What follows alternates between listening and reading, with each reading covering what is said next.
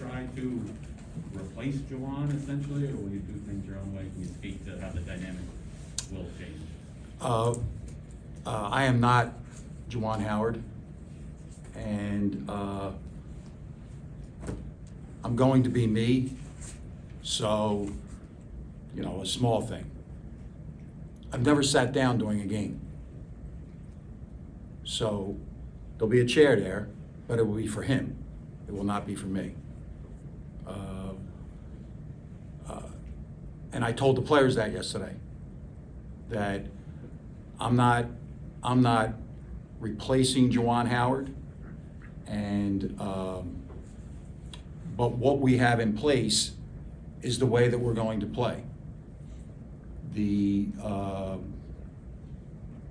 Look, the guy is a mastermind with ATOs, and it has blown my mind for 3 years. Like, I don't know that he's repeated an ATO in any of these games for 3 years. That's not who I am. So we're going to have a way that we're going to approach our timeouts. We're going to come out of timeouts organized. We're going to come out of timeouts with a pattern. I'm going to run the timeout the way that I run it, and but I'm not going to mimic him. And I didn't mimic him yesterday in practice, and will not today. Phil, was Juwan able to address the team at all yesterday before this all kind of came down? And if so, what was the message? No, he did not, and he addressed everybody in the program twice late Sunday night via text, and just that was a family text. Then also logistically, I guess, what changes, between scouts and recruiting, some of those other things? How are you guys divvying up any differently? Or? No, this is my scout. Rutgers is my scout, and then Illinois, Howard or Sadi. Chris Hunter will move up. Chris Hunter was on the floor yesterday for practice. He dealt with the bigs, and that's terrific. A terrific teacher there.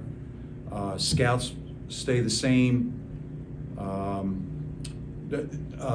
Howard Isley is going to be the offensive coordinator, right? It's he and Juwan that have put together this really effective and massive playbook. So you'll see Howard Isley get up, he'll make a call, and then he'll sit down. We're not engaging with referee. He's not overcoaching. And I need to make sure that the referees know that. Like sometimes they want, it's, all that. Any of these referees that have the time to tell kids to sit down during a basketball game, they're not doing, they're not paying attention to what's going on. Like, we got these guys, you take those 10 guys. So you'll see Howard making calls, and then even during timeouts, he'll give me the call that we're going to go out on the out of the timeout with.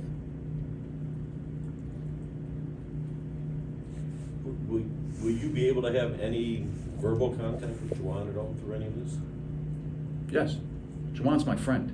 Okay, so it's not like you can Zoom, text. Juwan is my friend. Mm-hmm. So, yeah, and then I feel tremendously responsible to my friends to make sure that they're doing well. How's he doing? Juwan is very remorseful, and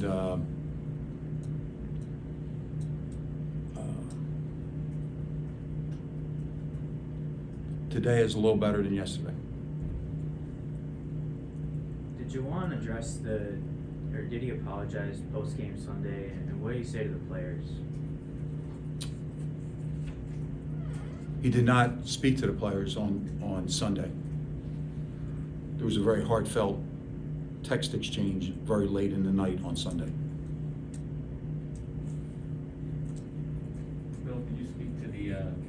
program's reaction to the punishment?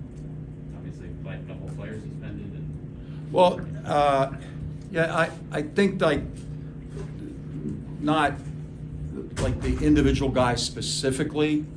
First of all, Ward Manuel did a fabulous job laying it out for the players and for the staff.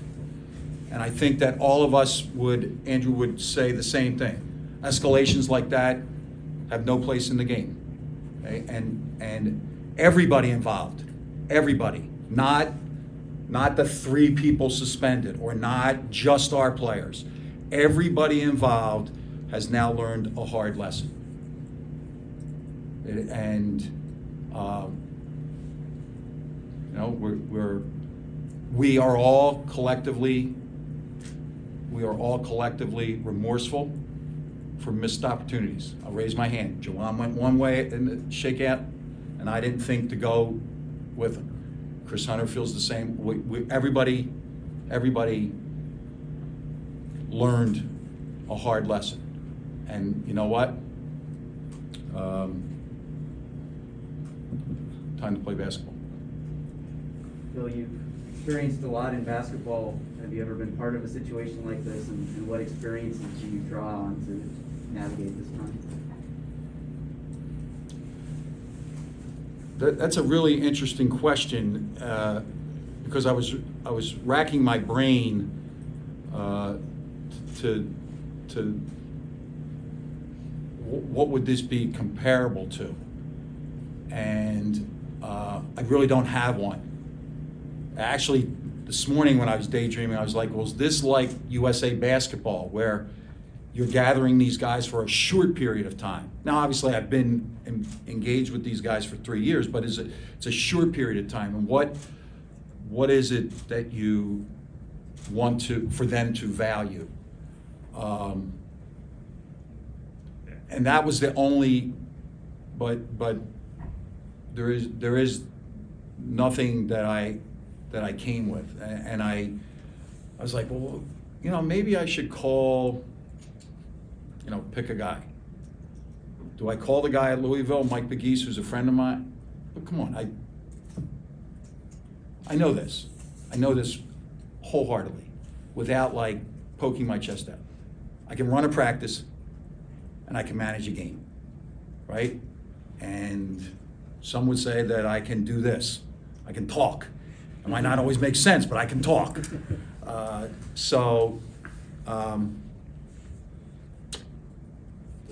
Think that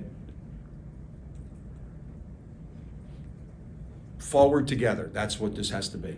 Forward together, and I'm a part of it. I'm no more or less a part of it than Howard Isley or Sadi Washington or Eli. We're doing this together, moving forward. I have a question. Yes. You said everyone learned a lesson. Was there a teaching moment where you sat the team down and said, you know, this can't happen, this is why? Was it a lesson learned with the players? Ward Manuel. Okay. Ward Manuel. He gave a like, I'm not that savvy with all the stuff that's going on in you know, the way they teach, but he gave a master class in what was learned. And so he deserves the credit. Ward Manuel. Could you elaborate a little bit on what he said? Yeah, that situations like that, in all walks of life, there are moments when when that happens, you can go one way or you can go the other. And everybody went in the wrong direction on this one. So, Got it. you know, whatever needs to happen when this happens, let's each grow from it. Does that make sense? Okay. Sorry I'm late. Clayton, go ahead. As far as basketball with the 2 guys out, I guess, what do you expect out of Brandon, Jace, Jaron, you know, some of the front court guys on tomorrow night? I expect them to be the very best they can be. So I don't think, like, it's similar, I'm in a similar role to them, right? Like, Right. I'm not Juwan Howard, right? I am not. And Brandon Johns is not Musa. So be the best Brandon Johns. Right? And be able to walk out of here tomorrow night and say that was as good as I could give. And guess what? Take Thursday off and come back Friday and be better than you were on Wednesday. But you can't come up with a game plan and say, well, Musa averages 8.1, how are we going to get 8.1? No, that's not going to work. But if Brandon Johns walks in here tomorrow night with his head up, his mind clear, and heart knowing that we need the best Brandon Johns in order to beat Rutgers, then that'll be good enough. And that's the message to all of the guys, to every guy. And, you know, a little inside baseball. What Terrence Williams and Musa Diabate are doing is they're being the best them. And how are they doing that? Those two kids who are rotation players are playing scout team. Yesterday's practice and today's practice. And they did it with joy in their heart. That was uplifting to see yesterday. You mentioned that you wanted the players to be able to take something of value from these 5 games. What is that? What would you like them to take away? Well, I've always been big on and I don't mean this in a smart way, a smart aleck way in any. We have on a schedule 5 days. 5 games. We have 1 day. So at the end of today, when we finish practice at 6 o'clock, I want them to know that they got better and that we got better. And then tomorrow to repeat it. Get better. So daily improvement. You've all heard Juwan talk about the 1%. That's what this is about. This isn't about, well, this is going to be a really successful enterprise if we go 5-0. But it's going to be a disaster if we go 1-4. No? How would I know? Like, what I want to do today is everybody, every coach, every support staff person, every manager, every player to walk out of here and say, you know what, I got better. And if we do that, good things will happen. Next, Andrew? I mean, you guys are, competing for an NCAA tournament spot. Like, does that factor in at all to how you're kind of approaching this, or weigh on you at all? It doesn't weigh on me, and it's not something that you hear the play. Look, the players have to be aware of it, but the only thing that we can control is this idea of improvement, right? We have to play better. We have to play better against Rutgers than we did at the RAC. We have to play better against Rutgers than we did at Wisconsin. We have to be better in practice today than we were yesterday. Everything else will, those are rewards. These are, our responsibility is today.